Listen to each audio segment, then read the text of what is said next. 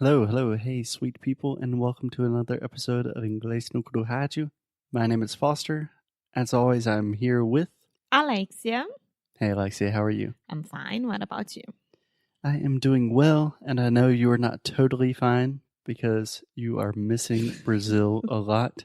So, this week on the show, we are talking about Brazil to make Alexia and myself feel better. I don't know if it's working. Okay, I don't know if it's working either, but today I wanted to just ask you a lot of questions about Brazil, about what you think about certain things, and yeah, we'll see how that goes. Okay, let's go. These are just questions on my mind, questions that I think a lot of foreigners have about Brazil or Brazilian stereotypes, things like that. Okay. Is that cool? Yeah, of course. Okay. So, first question, Alexia, are you ready? Yes, I am.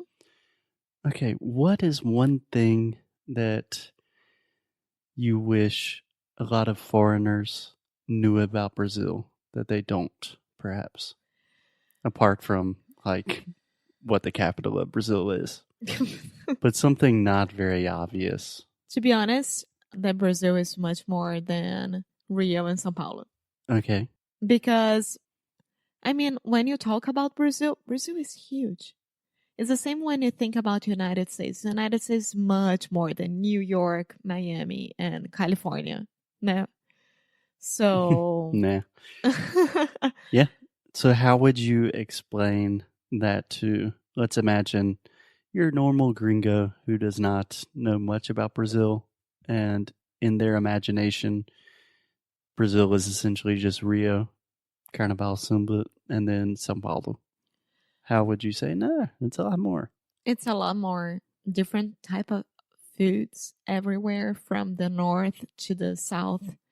You have snow in the south of Brazil if you go during winter. You have the beautiful Amazon forest. You have the Pantanal. You have all kinds of animals and like the adventures nature thing to do. Mm-hmm. And you have the extremely urbanization. Like, I don't think you want to say urbanization. You probably want to say you have like a lot of cities, a lot of urban centers. yes, urban centers. Yeah. You got big cities, small towns, rainforests, mountains, everything. Anything Yes. you can imagine you have in Brazil. Yes. Awesome. Okay. So I don't want you to get carried away with this question. But if you could have one food from Brazil right now, Right now, what would it be? And I said one, and I said, don't get carried away. Don't think too much. I think that I would have a good arroz, feijão preto, couve, rodela de laranja, and my feijoada. Yes. Wow. Yes. Feijoada. Yeah. That If does I not could make me choose feel right better now. about the soup I tried to make for lunch. It was great. But I would have a good feijoada. That's for sure. Awesome. And if a foreigner was asking you, what is feijoada? How would you explain that to people? It's a traditional dish from Brazil, Mm-hmm. but not the only one, because if you think about it, like acarajé is a traditional dish as well. And yeah, I think you could say it's a traditional Brazilian dish. It's kind of a black bean stew. Do you know what a stew is? Yes, I do know. Yeah. I think that just makes it a little bit easier for foreigners to understand. Yeah. Cool. With a good farofa de banana. Mm. Oh my God. Can I ask you another question? Mm-hmm. As we have church bells ringing, that must mean that it is 5:30. 5:30. Can you tell me about a vacation in Brazil that you had that you really enjoyed? Okay. So I always talk about Paraty to my students because I think that Paraty is a jam. Is a Jam. a gym. Yeah, jam. Yeah, I was almost understanding jam. No, jam. Yeah, gym. Jam Mm-hmm. from Rio. Yeah. And With Jim, what do you want to say? Say a like special place. yeah, it's like a treasure. Yes. Yeah. It's a magnificent little town. Yes. And bonito, Mato Grosso do Sul. I think it was the most different thing ever. É bonito isso. What do you love about Paraty? I love that it's small. All the historical places and the houses, and that you can take a bus and go to the most beautiful beaches, Praia do Sono, Trindade, and if you want to go to a different place, it's called Saco de Mamanguá, and it's between Rio and São Paulo, which makes easy for us. Which makes it easy. Yes, but can you try saying that? It makes it easy. It makes it easy. Mm-hmm. But I would say beach paca as well. Okay. So you said Paraty, Saco de Mamanguá, Ibichipoca, and Bonito. Yeah, Paraty has those beautiful little cobblestone streets. Yeah. Do you know what cobblestone? Portugueses. Yeah, I think Pedra. you would say paralelepípedo. Paralelepípedo. Very ridiculous word. Because cobblestones is so nice. Yeah, I like the word cobblestone. Okay. And bonito obviously is very bonito. Anything specifically you want to say about bonito? Go for it and be ready for walk a lot and have some. Be ready to walk a lot? To walk a lot and rappel. Mm-hmm. Yes, and do some rappel. I did it. I would say go rappelling. Go rappelling. Mm-hmm. Go rafting. Rappelling, just to clarify, is when you are climbing down a rock and you have a harness, so you're not just doing a free climb. But look at me, I would never do a free climb.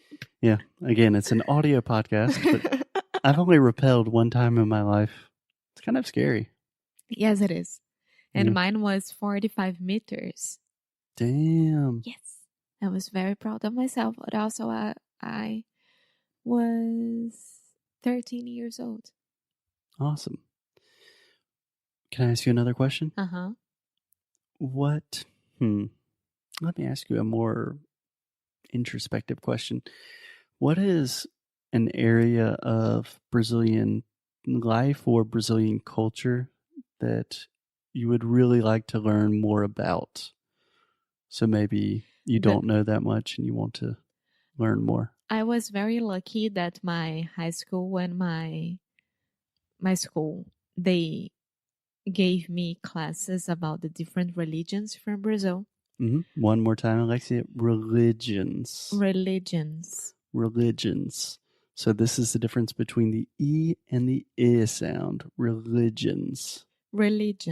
Yes. This is a really difficult sound, something that we talk about in sound school a lot, which, by the way, maybe by the time you are listening to this, will be open for new applications. Alexia is saying, no, not yet. Okay. You got to learn about different religions. From Brazil. There are so many Umbanda. And I won't even start talking about it because I'll get extremely confused because I mix the religions. But I would understand more about it and where it came from, the importance, and etc. Okay. So if you could learn more about one thing in Brazil, it might be the diversity and just explore more about the different aspects of religious life in Brazil? Yes. Cool. Very interesting. Last but not least, who is one of your favorite Brazilian authors, writers, poets?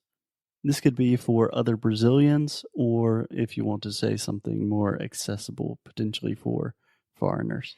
I will be extremely cliche because it is my favorite, and it's Vinicius de Moraes.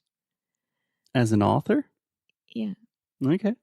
Maybe. I was thinking Chico Buarque. No. Sorry. Oh, I love Chico as well, but no, it's not. Vinicius, and he was a genius, and He still is a genius. yes, because his art and everything that he wrote won't die. Wait, what? What? Vinicius is dead. Amore, stop it. And I think it has a lot to do with my mom as well, because she knew Vinicius. They used to live in front of each other, and she used to be friends with all his kids, and especially one of his kids. So Awesome. Do you have a specific story or book or something like that that you really like by Vinicius? Or too hard to choose? what I like the most about Vinicius is that everything that he wrote, it would become a song. Yeah. So when you stop and think about it, it's really hard. It's crazy. Yes. And he was able to do that all by himself, sometimes with Tom Jobim, of course. Mm-hmm. But Mr. Tom. yes. Mr. Tom Jobin. Yes, but Vinicius is in my heart. Awesome. Well, Alexia, you are in my heart, and I hope your heart feels a little bit lighter now that you had some space and time to talk about your beloved Brazil. Yes. Okay, all you Brazilians, stay classy, have fun, and we will talk to you guys tomorrow. Bye.